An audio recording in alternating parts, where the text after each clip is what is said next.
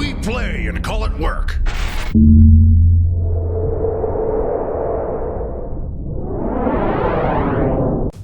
Hey folks, Janene from MiniWarGaming here with another how-to video for you.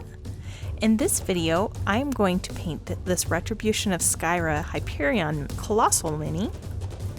And we are going to start the white metal plates on the armor.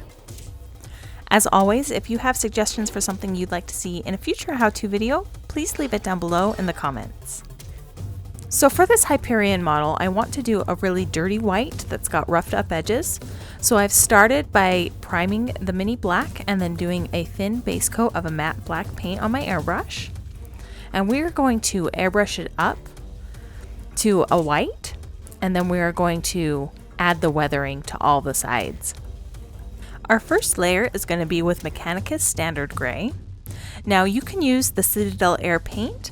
In this case, I'm going to mix it myself just because I don't have the air paint on hand and it's really quick and easy for me to mix the paint real quick. I recommend using whatever medium you happen to be comfortable with. For me, I use water. I do about 2 parts paint, 1 part water. Water can be kind of difficult to work with because the water can actually separate the pigments in the paint, but it's what I'm comfortable with. It's what I use the most often.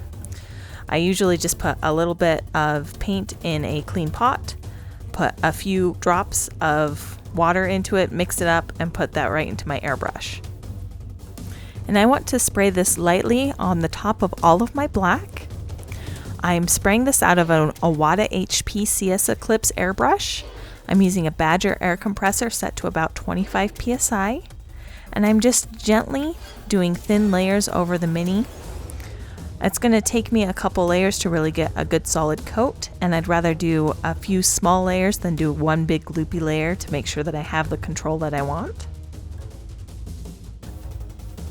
And this is going to give us a really nice dark gray starting point for our dingy white look. Now you may notice that this mini isn't based right now. It's not on a base, which isn't ideal. I would much rather be handling this by holding the base so that I don't have to touch the model at all.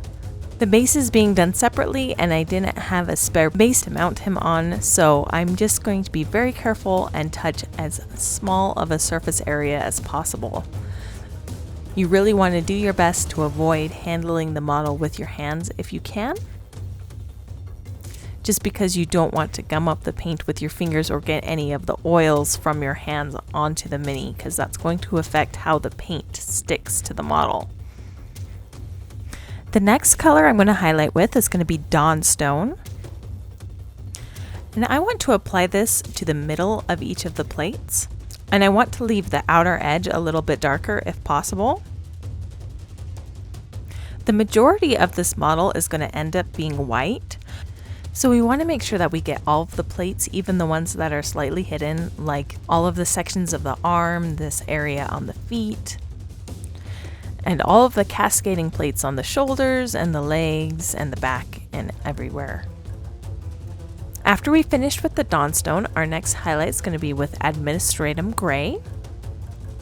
Again, I'm going to be spraying this in the middle of each of these panels. And this is going to really start to build up the brightness in this color and make it start to look like it's more white and less like it's a dark gray. But we are trying to keep the darker grays on the edges of the armor plates so that we have a darker shade underneath to kind of act as our base for when we start weathering and dinging up all of the edges. I would rather work this color up slowly and build up several small layers so that I have more control over where it goes than to get all of the paint on in one layer. After we finish with the Administratum Grey, I want to go all the way up to white as a final highlight.